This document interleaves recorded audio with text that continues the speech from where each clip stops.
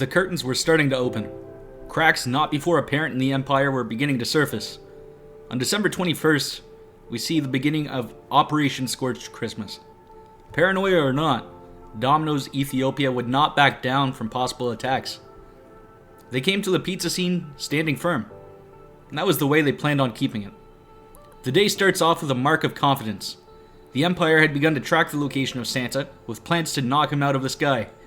Edging their bets, they decided that on the off chance Santa wasn't a part of the Little Caesars army, they would at least be able to steal and study the cold weather gear attached to Santa in hopes of further advancing their military gear. With their goals in sight, they moved on to the execution and shared more insight on what they knew.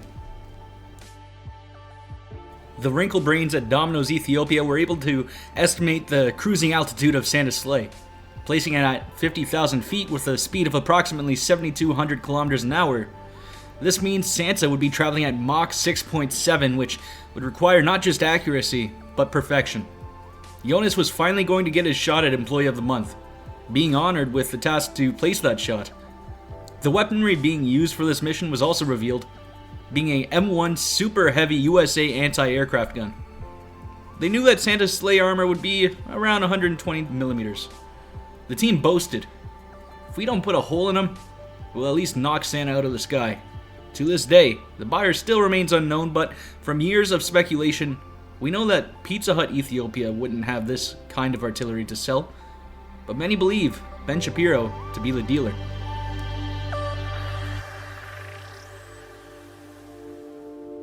Progress was being made on the Santa endeavors, and with air control seemingly taken care of, a new special wing of the Domino's military was formed.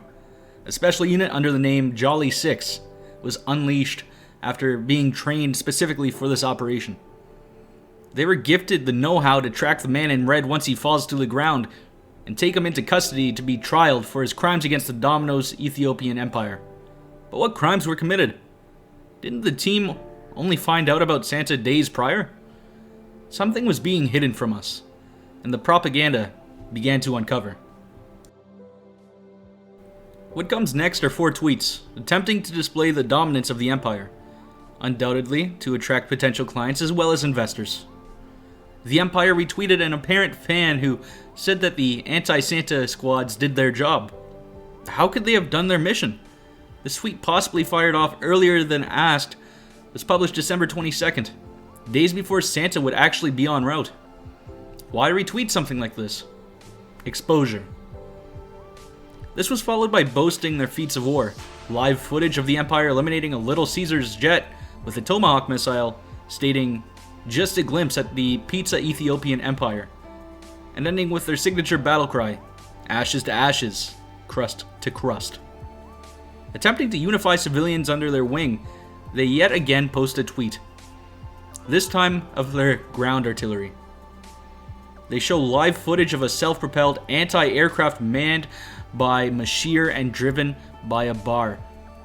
The tirade was ended by a 4th tweet, advertising a special in celebration of their ever-growing presence. Unlimited 2-topping medium pizzas for $7.99 US a piece. With all effort being put into war, it seemed that the team were too lazy to convert pricing into the local dollar.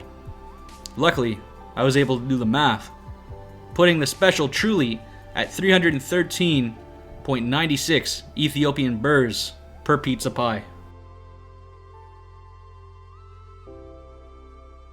The day has come.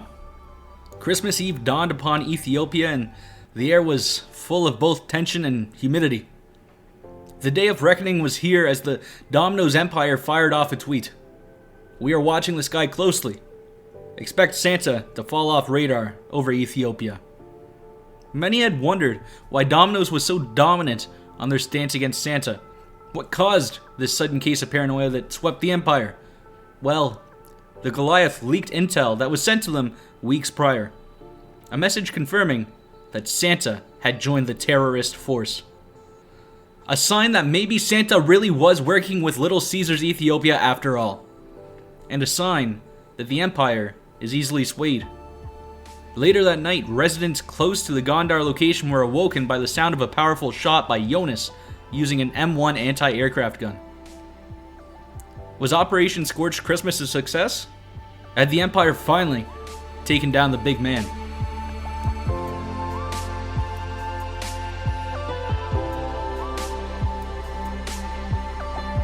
December 25th, 2018 was when we would find our answer.